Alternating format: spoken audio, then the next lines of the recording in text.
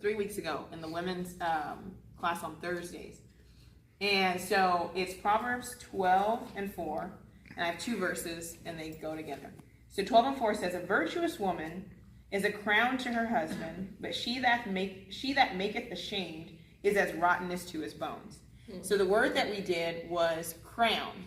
And so this will be kind of cool for the people who were there on that Thursday, because I actually got more. So in Hebrew, especially in our Psalms and our Proverbs, it's all about compare and contrast. So you see a lot of that. And so the cool thing about the Proverbs and the Psalms is that you get a working picture of the positive charge of the Hebrew words and the negative charge all in one place. And then you can kind of go out and then find those throughout Scripture. So this is showing a negative and a positive, or first a positive and a negative.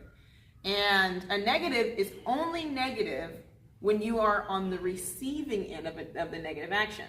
Somebody's doing something to someone else, it's not really negative, especially when it's being done on your behalf, correct? Okay, so the word in Hebrew for crown is, let me pull up my writing place. We're going to clear this. The word in Hebrew for crown, and I'm going to actually write it in regular Hebrew and in the Hebrew that Moses probably would have recognized. So that would be like Paleo Hebrew. So in regular Hebrew, it's ayin, tet, resh. Okay? So atar. Atar is the word. And then in Paleo Hebrew, it looks like this.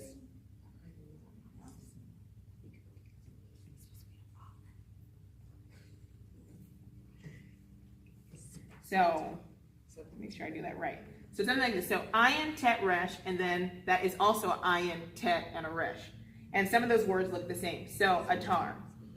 The word atar in the Hebrew literally has to do with encompassing or surrounding something, right? So the actual literal Hebrew word picture has to do with a bird of prey.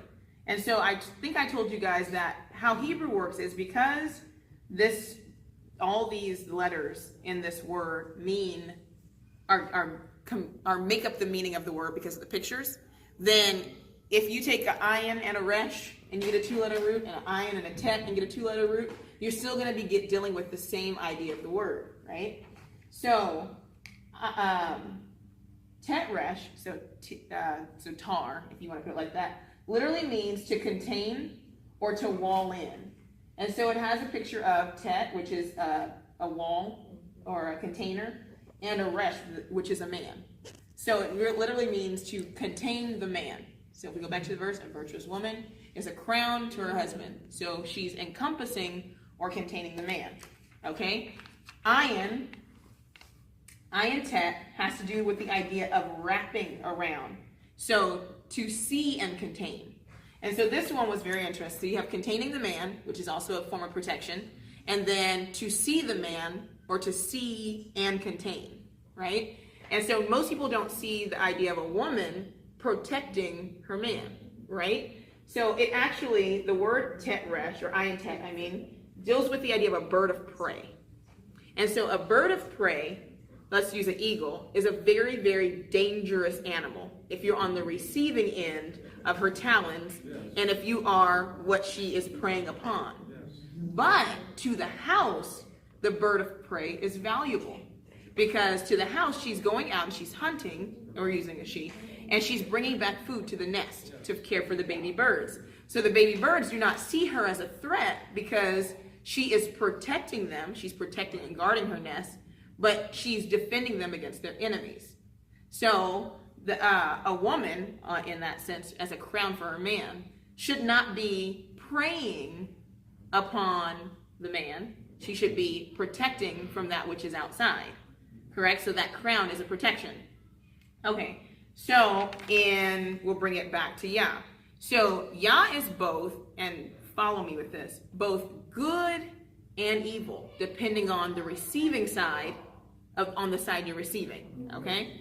So Yah wants us to be on his good side, or within his protection, so that he's not he's not preying upon us or destroying us, right? So the word we get is Yahuwah Kana. It says he's a jealous Yah.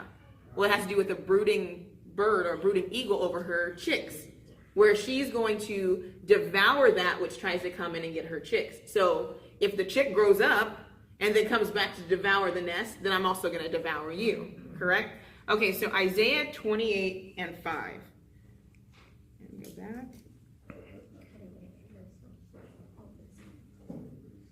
Isaiah 28 and 5 says, in that day shall Yahuwah of hosts be a crown before a crown of glory, and for a diadem of beauty unto the residue of his people.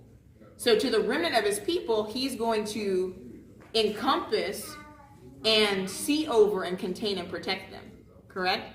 But if you're not within the remnant of his people, and if you're not within his protection, then you're going to be dealing with the preying effect of this Yahuwah Kana, or this jealous Yah, who's going to then devour anyone that's not within his nest. So it's good to be like the chick in the nest of the eagle, whom she protects and feeds. It is dangerous to be the prey of the eagle, who she's going to devour. Okay, so the chick has no need to be afraid of the eagle, but the prey has every need to be afraid of the eagle. Okay, so to bring it back to Proverbs 12 and 4, where the woman is a crown to her husband, the idea also, atar, has to do with holding something sharp in your hand. So once again, the talons are sharp. You see all these all come together. So a woman with a knife is good if she's in the kitchen cutting up food and cooking, or if she's skinning an animal, but she's dangerous if she's using it on her man, right? And not even in the sense of killing. Remember Delilah, right? Delilah's a perfect picture of a woman holding shears, because she preyed upon him. So she was a strong woman, right? So the whole idea is the virtuous woman is a crown. So she's a strong woman. This strong woman was strong, but in the negative. She broke him down, right? Became rottenness to his bones. When bones rotten, they mildew, they become brittle, and all you have to do is kind of like tap them, and they crumble. Wood is the same way. When it gets wet and it gets soft and it gets mildewy, it begins to rot. So she has shears. Well, what she did with the shears is she took his strength. So a woman, a strong woman, can be a crown to her husband. A strong crown then protects and encompasses, and I'll go back to that verse. But a crown that is sharp, like a bird of prey, and has a knife, and is seeing and watching over a man to devour him, is rottenness to his bones.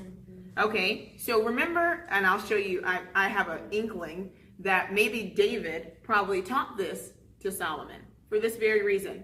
Remember Michal? Well, that was, and then we say Michael, but it's Michal, David's first wife, the daughter of Saul. Remember when they were young and she was running from Saul? He was running from Saul. She hid and protected him, right? So she was a crown. She encompassed him and protected him from all of the danger that was coming from the outside. But then later on, when the Ark of the Covenant came in, right? And he danced before it. She brought shame upon him, and it became rottenness to his bones. And he couldn't even stand her anymore. That whole idea of rottenness has to deal with a barren, dry land. So what did he do? He said, "I'm never going to be with you again. So you'll be barren and you'll be detestable." And so I believe that part of this probably came as a teaching, because that's what Proverbs are, a teaching that a virtuous woman is a crown. She'll protect you. But if she turns wicked, she'll become rottenness to your bones. And you don't want a person like that around you. The same thing with Yah. Yah is a crown. He'll protect you. But if you turn wicked, then he'll also devour you. So you want to stay within the parameters of being within his care and not without his care. Same thing with a woman. You would want to have a virtuous woman who's going to protect you and be a crown and a surrounding of protection, and not have one that's going to be on the inside and rot your bones and make you vulnerable to destruction. That's it.